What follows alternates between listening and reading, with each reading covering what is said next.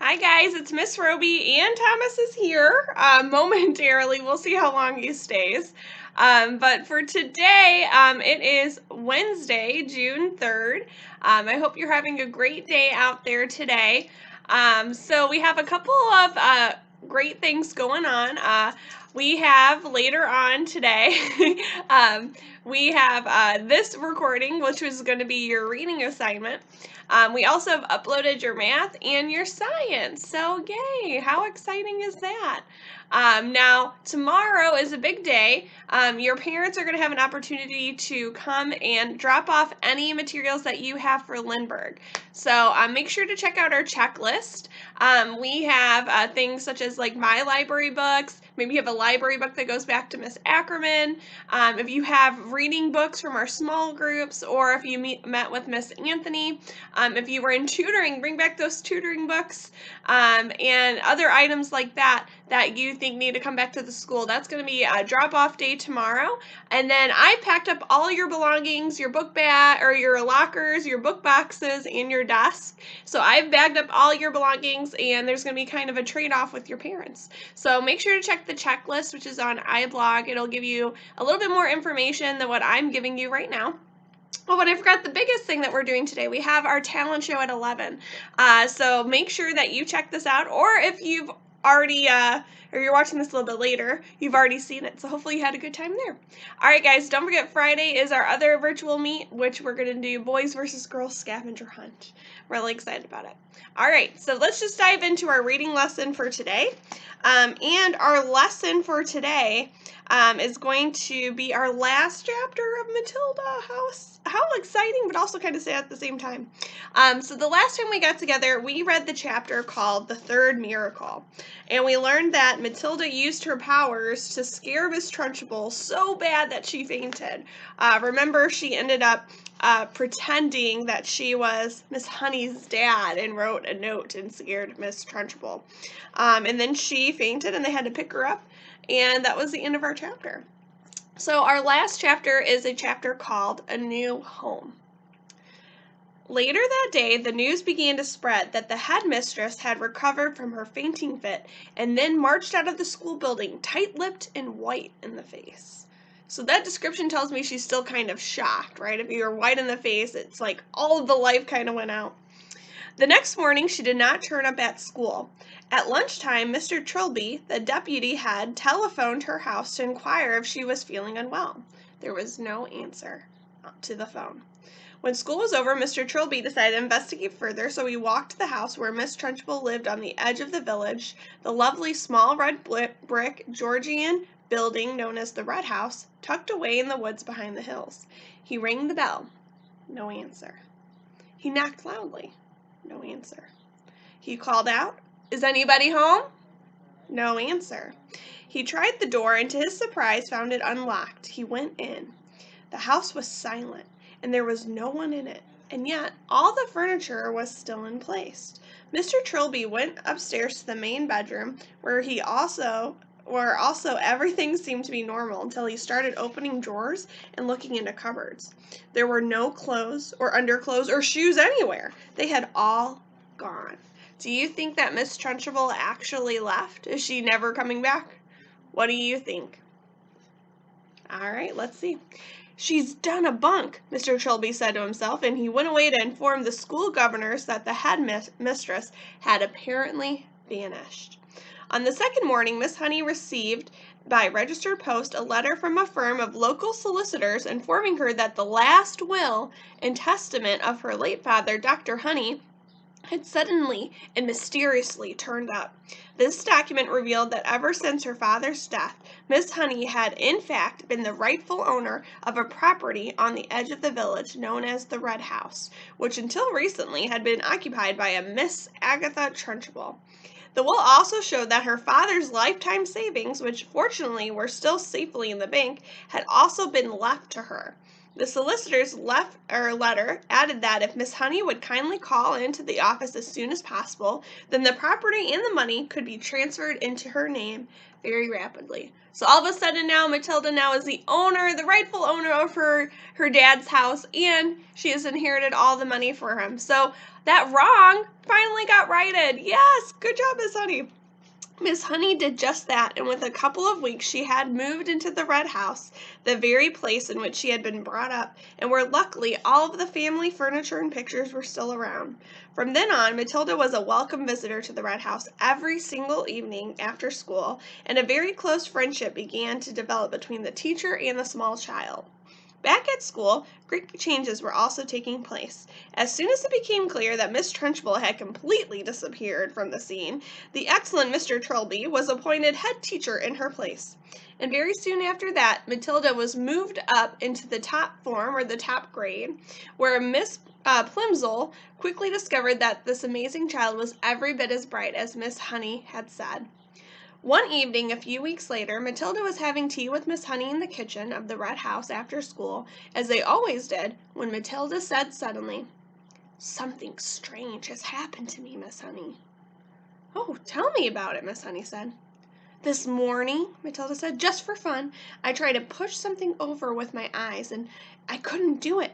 Nothing moved. I didn't even feel the hotness building up behind my eyeballs. The power had gone. I think I've lost it completely." Miss Honey carefully buttered a slice of brown bread and put a little strawberry jam on it. "I've been expecting something like that to happen," she said. "You have? Why?" Matilda asked. "Well," Miss Honey said, "it's only a guess, but here's what I think. While you were in my class, you had nothing to do, nothing to make you struggle. Your fairly enormous brain was going crazy with frustration. It was bubbling and boiling away like mad inside your head. There was tremendous energy bottled up in there, with nowhere to go, and somehow or other you were able to shoot that energy out through your eyes and make objects move. But now things are different. You are in the top form, competing against children more than twice your age, and all that mental energy is now being used up in class. Your brain is for the first time having to struggle and strive and keep really busy, which is great. That's only a theory, mind you, and it may be a silly one, but I don't think it's far off the mark." "Well, I'm glad it's happened," Matilda said. "I wouldn't want to go through life as a miracle worker." "Well, you've done enough," Miss Honey said. "I can still hardly believe you made all this happen for me." Matilda, who was perched on a tall stool at the kitchen table, ate her bread and jam slowly. She did so love these afternoons with Miss Honey. She felt completely comfortable in her presence, and the two of them talked to each other more or less like equals. So here's Matilda and Miss Honey enjoying their tea. "Did you know," Matilda said suddenly, "that the heart of a mouse beats at the rate of 650 times a second?" "Oh, I did not," Miss Honey said, smiling. "How absolutely fascinating. Where did you read that?" "Oh, in a book from the library," Matilda said. "And that means it goes so fast you can't even hear the separate beats. It must just sound like a buzz." "Oh, it must," Miss Honey said. "And how fast do you think a hedgehog's heart beats?" Matilda asked. "Well, tell me," Miss Honey said, smiling again. "Well, it's not as fast as a mouse," Matilda said. "It's 300 times a minute. But even so, you wouldn't have thought it went as fast as that in a creature that moves so slowly, would you, Miss Honey?" "Well, I certainly wouldn't," Miss Honey said. "Tell me more." "A horse," Matilda said. "That's really slow. It only beats 40 times a minute." This child, Miss Honey told herself, seems to be interested in everything. When one is with her, it is impossible to be bored.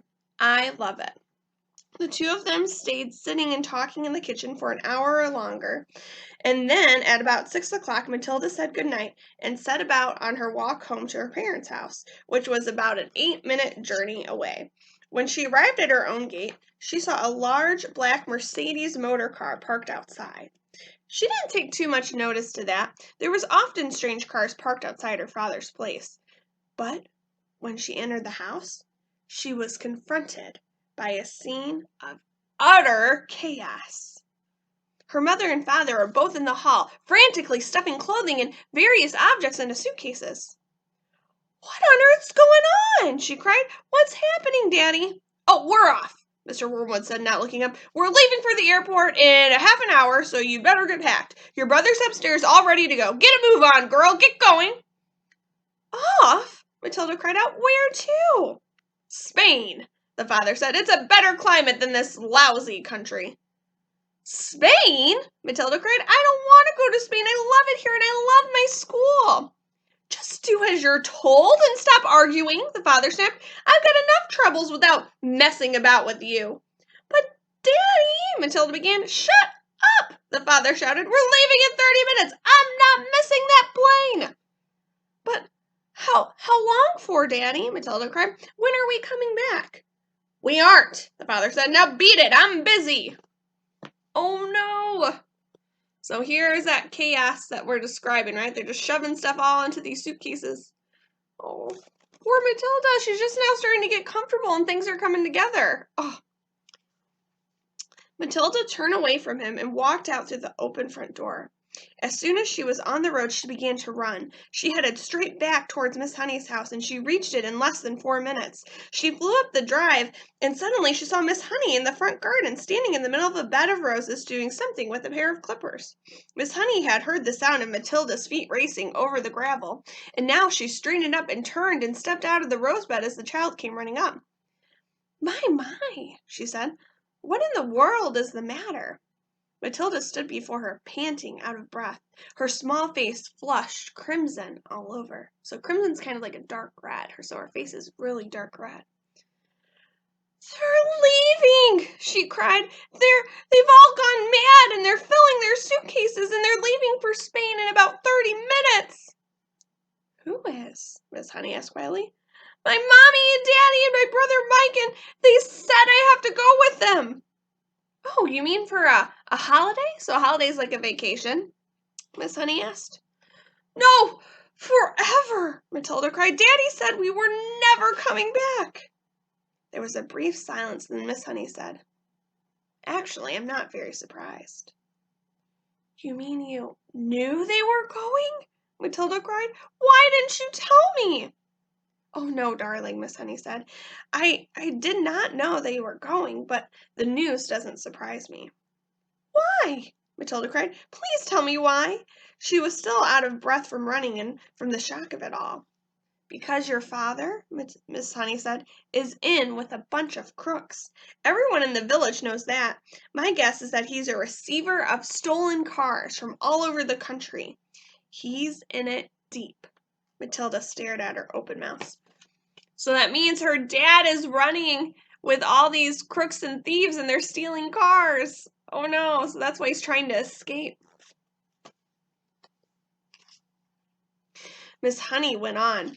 People brought stolen cars to your father's workshop where he changed the number plates and resprayed the bodies a different color and all the rest of it. And now somebody has probably tipped him off that the police are running onto him and he's doing what they all do. They run off to Spain where they can't find him. He'll have been sending his money out there for years, all ready and waiting for him to arrive. They were standing on the lawn in front of the lovely red brick house with its weathered old red tiles and its tall chimneys, and Miss Honey still had the pair of garden clippers in one hand. It was a warm golden evening, and a blackbird was singing somewhere nearby. I don't want to go with them, Matilda shouted suddenly. I won't go with them. Well, I'm afraid you must, Miss Honey said. I want to live here with you, Matilda cried out. Please let me live here with you.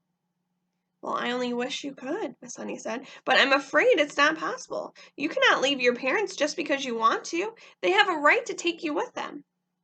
But what if they agreed? Matilda cried eagerly. What if they said yes, and I can stay with you? Would you let me stay with you then? Miss Honey said softly. Yes, that would be heaven. Well, I think I might, Matilda cried. I honestly think they might. They don't actually care about me. Well, not so fast, Miss Honey said. We've got to be fast, Matilda cried. They're leaving any moment. Come on, she shouted, grasping Miss Honey's hand. Please come with me and ask them, but we'll have to hurry. We'll have to run.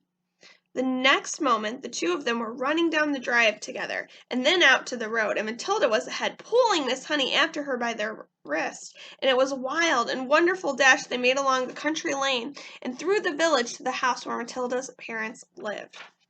So here they are. They're running across that countryside.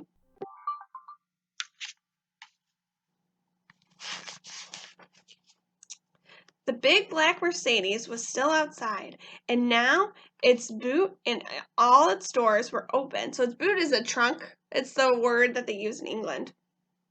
And Mr. Wormwood and the brother were scurrying around it like ants, piling in the suitcases as Matilda and Miss Honey came dashing up. Daddy! Mommy! Matilda burst out, gasping for breath. I don't want to go with you. I want to stay here and live with Miss Honey, and she says that I can, but only if you give me permission. Please say yes. Go on, Daddy. Say yes. Say yes, Mommy. The father turned and looked at Miss Honey. You're that teacher woman who came here once to see me, aren't you? He said. Then he went back to stowing the suitcases in his car. His wife said to him, This one will have to go in the back seat. There's no more room in the boot. Well, I would love to have Matilda, Miss Honey said. I would look after her with loving care, Mr. Wormwood, and I would pay for everything. She wouldn't cost you a penny. But it was not my idea. It was Matilda's, and I will not agree to take her without your full and willing consent. Come on, Harry, the mother said, pushing a suitcase into the back seat. Why don't we let her go off if that's what she wants? It'll be one less to look after. I'm in a hurry, the father said. I've got a plane to catch. If she wants to stay, let her stay. It's fine with me. All right, so here they are, rushing off, trying to get into that car. Oh, my goodness. Matilda leapt into Miss Honey's arms and hugged her, and Miss Honey hugged her back. And when the mother and father and brother were inside the car was pulling away with tires screaming, the brother gave a wave through the rear window, but the other two didn't even look back. Miss Honey was still hugging the tiny girl in her arms, and neither of them said a word as they stood there watching the big black car tearing round the corner at the end of the road and disappearing forever into the distance. The end. So there you go. It ends with Miss Honey ending up staying with Matilda. All right, guys. So that is the end of our book. Hopefully you guys enjoyed Matilda. I know this is always a favorite of mine. Now next week we're gonna have a movie party and we're gonna actually watch parts of the movie as a class. So hopefully you guys will be there. And oh, I almost forgot our secret word. So today's secret word is going to be Matilda. Okay, and it's Matilda because we just finished the book. All right, guys. Well, hopefully you have a great day today. And if you ever need anything, just let me know. I'm always here in your corner. All right, hopefully I'll see you at 11. Bye, guys.